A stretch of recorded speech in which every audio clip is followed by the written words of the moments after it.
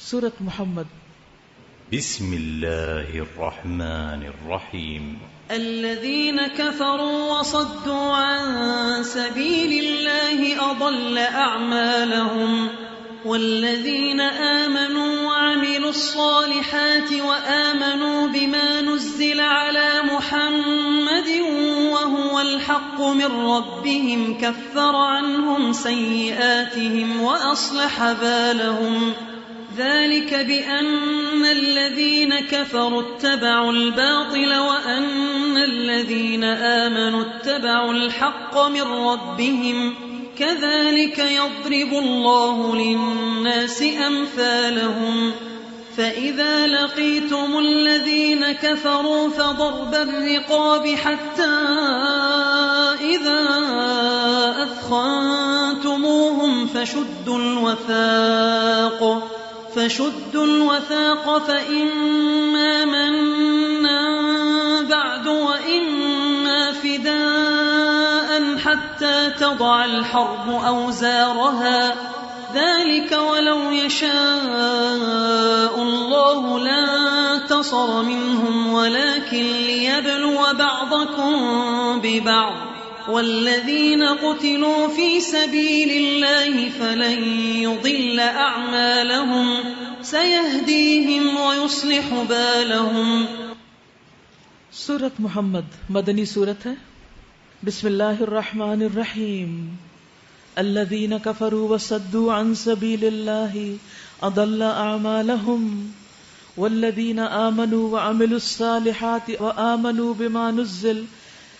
بما نزل على محمد وهو الحق من ربهم كفر عنهم سيئاتهم وأصلح بالهم.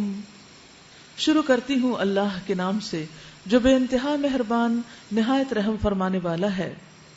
جن لوگوں نے کفر کیا اور اللہ کے راستے سے روکا اللہ نے ان کے اعمال کو رائیگاں کر دیا، ضائع کر دیا، خواہ وہ کتنے بھی چیریٹی کے کام کرتے ہوں، خواہ وہ کتنے بھی بظاہر نیک کام کرتے ہوں، لیکن اللہ کا حق سب سے پہلے. تو جو اللہ کے حق کو نہ دے یا کسی کو ادا نہ کرنے دے وہ سب سے بڑا مجرم ہے. اللہ کے راستے سے روکنے سے مراد کیا ہے؟ کسی کو زبردستی ایمان سے روکنا، ایمان والوں پہ ایسے ظلم و ستم ڈھانا کہ دوسرے لوگ دیکھ کے ڈر جائیں اور ایمان کی طرف نہ آئیں. تیسرا یہ کہ دین اور دین والوں کے خلاف کسی کو ورغلایا جائے تاکہ لوگ ان سے بدظن ہوں اور پھر دین کی طرف نہ آئیں. لوگوں کے دلوں میں ایسے وسوسے ڈالے جائیں، ایمان والوں، دین والوں، پیغمبروں، ان کے پیروکاروں کے بارے میں ایسا منفی پروپیگنڈا کیا جائے کہ جس کی وجہ سے لوگ اسلام کی طرف آنے سے رک جائیں. یہ تمام چیزیں اللہ کے دین سے روکنے میں شامل ہوتی ہیں. وَصَدُّوا عَن سَبِيلِ اللَّهِ أَضَلَّ أَعْمَالَهُمْ. اللہ نے ان کے اعمال یعنی ان کی کوششیں یا پھر ان کی روایتی دینداری کے کام سب ضائع کر دیے. اس کے برعکس وَالَّذِينَ آمَنُوا وَعَمِلُوا الصَّالِحَاتِ. وہ لوگ جو ایمان لائے اور جنہوں نے نیک عمل کیے اور اس چیز کو مان لیا جو محمد صلی اللہ علیہ وسلم پر نازل ہوئی ہے اور ہے وہ سراسر حق ان کے رب کی طرف سے. اللہ نے ان کی برائیاں ان سے دور کر دی، یعنی جیسا عمل ویسی جزا. جنہوں نے اچھے عمل کیے ان کو بہترین جزا بھی دی گئی.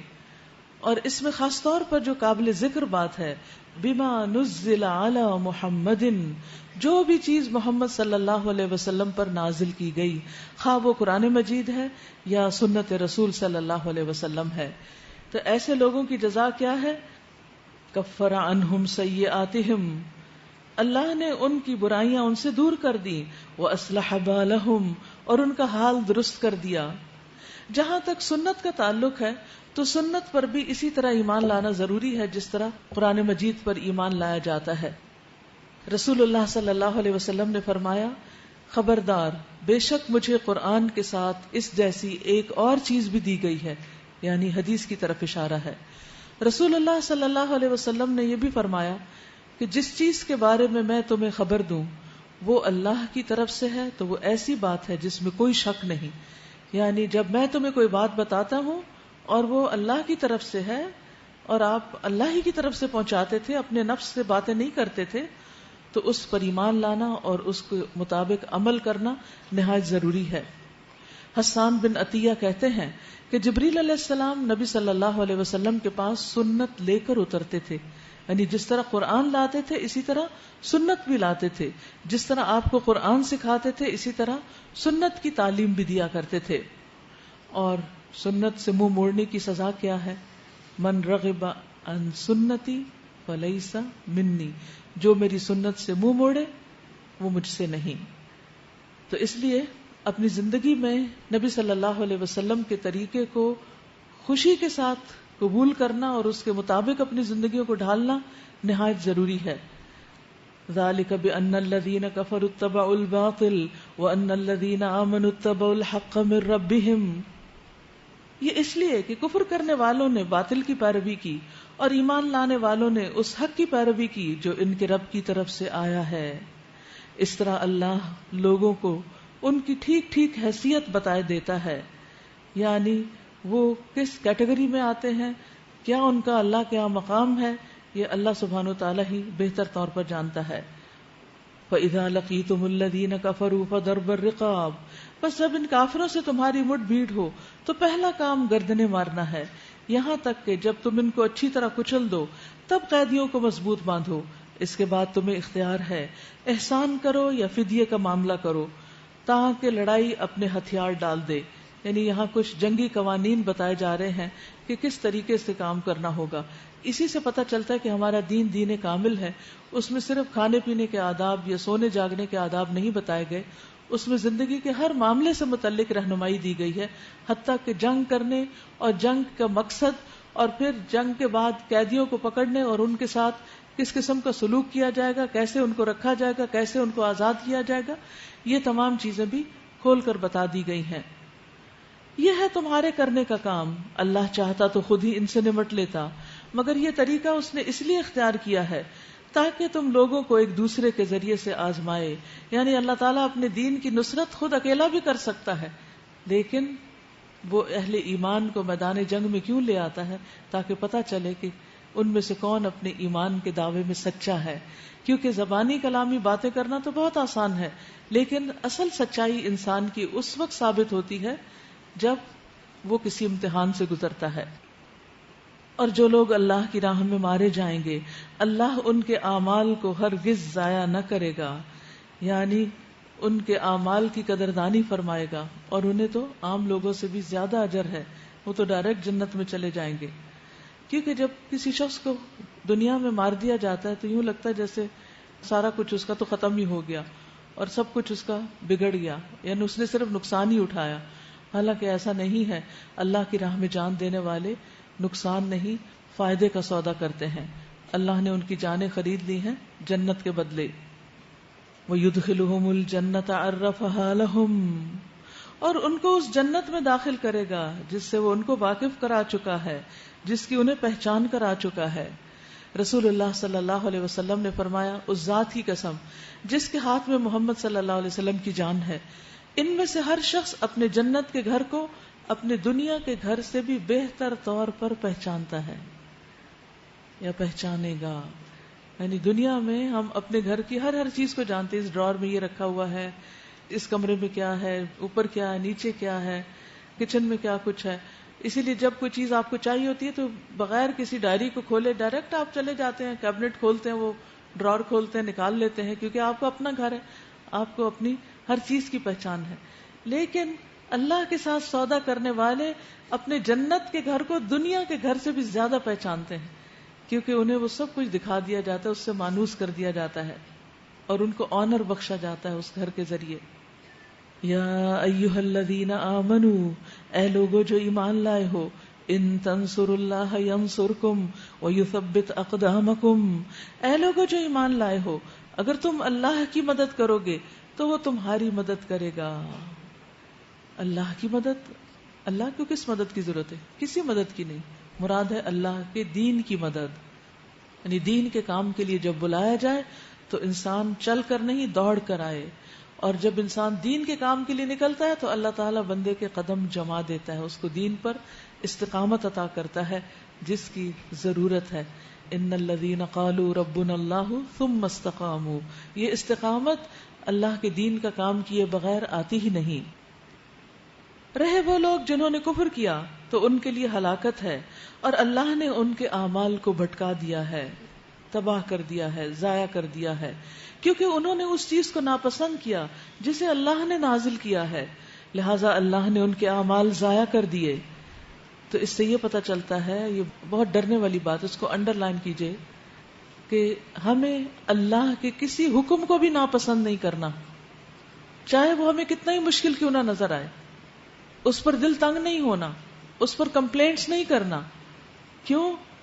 کیونکہ یہاں پر کفار کی یہ سزا جو بتائی گئی، تحصل لہم، ان کے لیے تباہی ہے اور ان کے اعمال غارت ہیں. ذالک بانہم کرہوا ما انزل اللہ، کیونکہ انہوں نے اس چیز کو ناپسند کیا جو اللہ نے اتاری ہے. ہمیں وہ چیزیں جو اللہ نے اتاری ہیں نہایت محبوب ہونی چاہیے، نہایت پسند ہونی چاہیے، اور ایک ایک حکم کو خوشی سے لینا چاہیے. بعض لوگ حدود کے معاملے میں پسو پیش کرتے ہیں، ہے کسی کی جان لے لی جائے، کسی کا ہاتھ کاٹ لیا جائے. اب آپ دیکھیں کہ اسلام میں جو چوری کرنے کی سزا ہاتھ کاٹنا ہے، تو بظاہر لگتا ہے کہ یہ بڑی وحشیانہ سزا ہے کہ انسان ساری زندگی کے لیے ہاتھ سے محروم ہو جائے.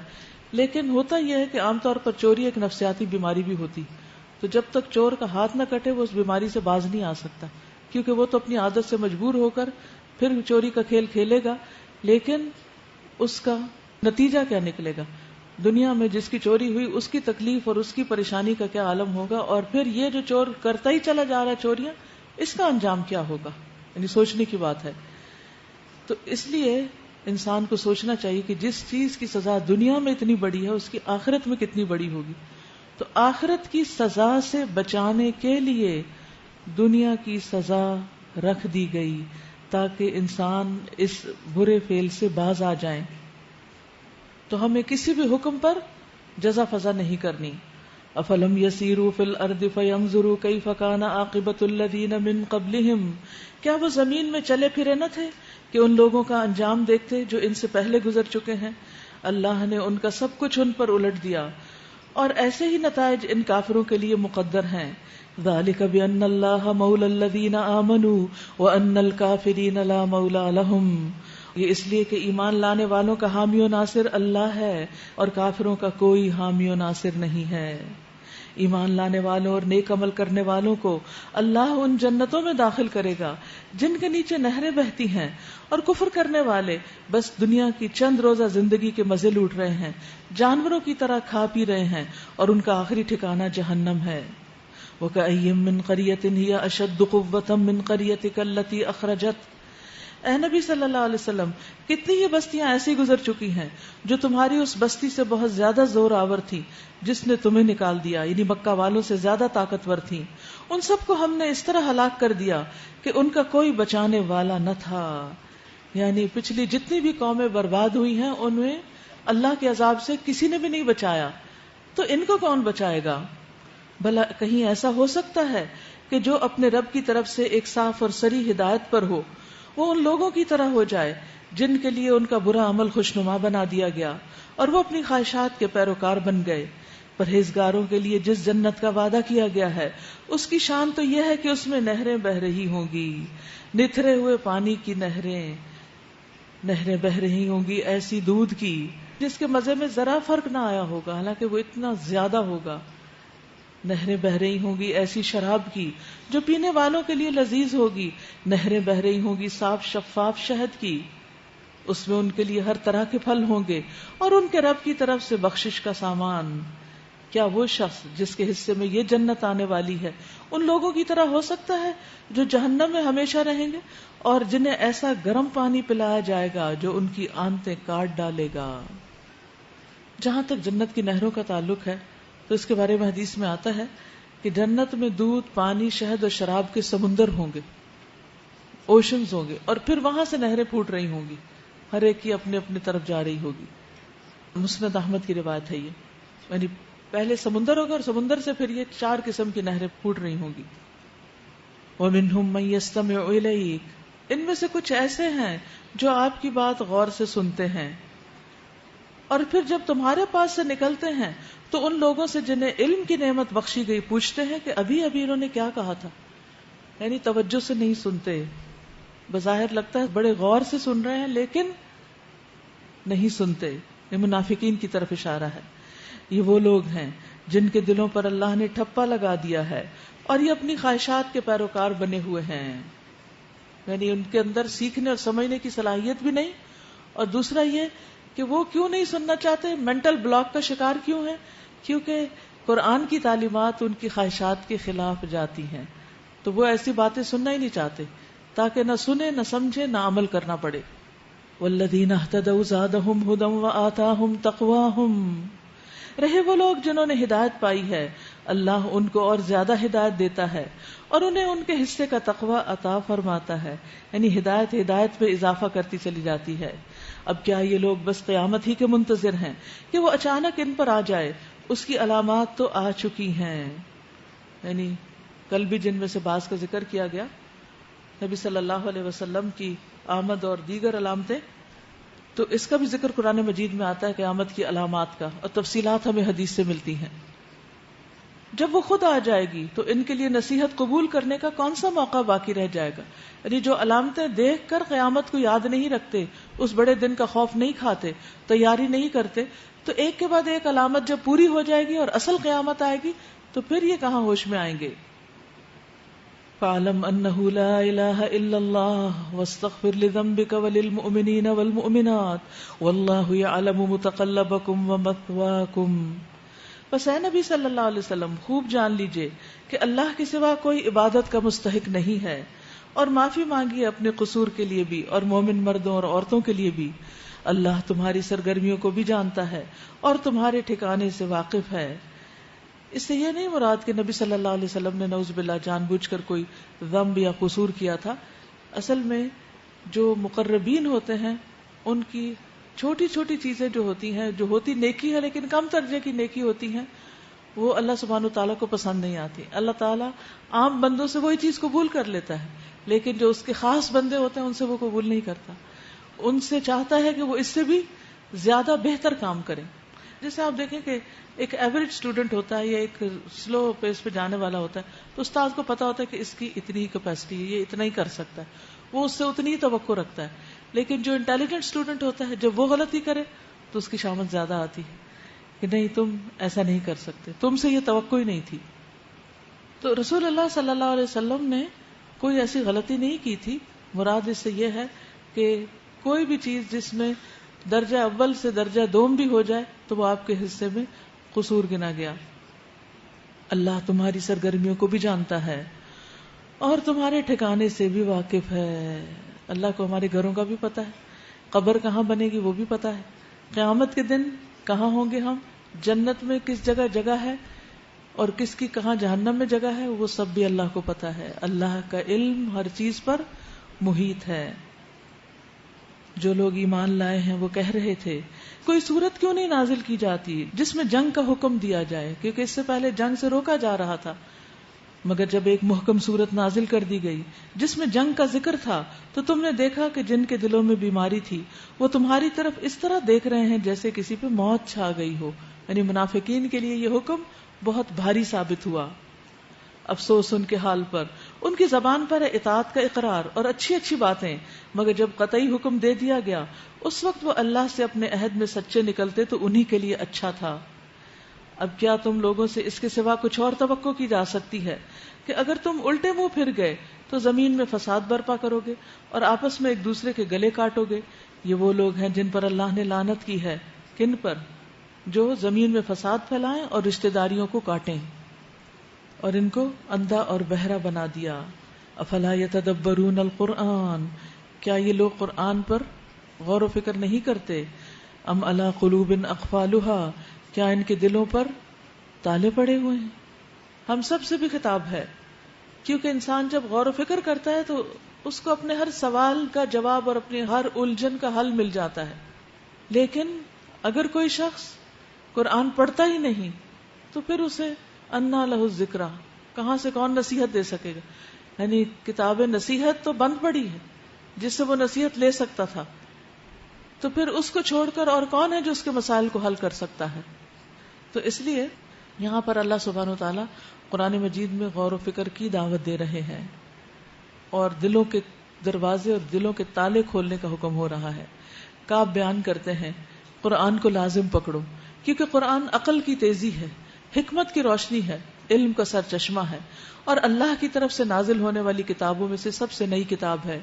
اللہ نے تورات میں یہ بات نازل فرمائی کہ اے محمد میں تم پر جدید تورات نازل کروں گا جو نابینا آنکھوں، بہرے کانوں اور غفلت میں پڑے ہوئے دلوں کو کھول دے گی. اور یہ ایک حقیقت ہے کہ اس سے لوگوں کے دل کھل جاتے ہیں، حقائق سمجھ آنے لگتے ہیں اور انسان کو سیدھی راہ مل جاتی ہے. ان الذين ارتدوا على ادبارهم من بعد ما تبين لهم الهدى الشيطان سول لهم واملى لهم.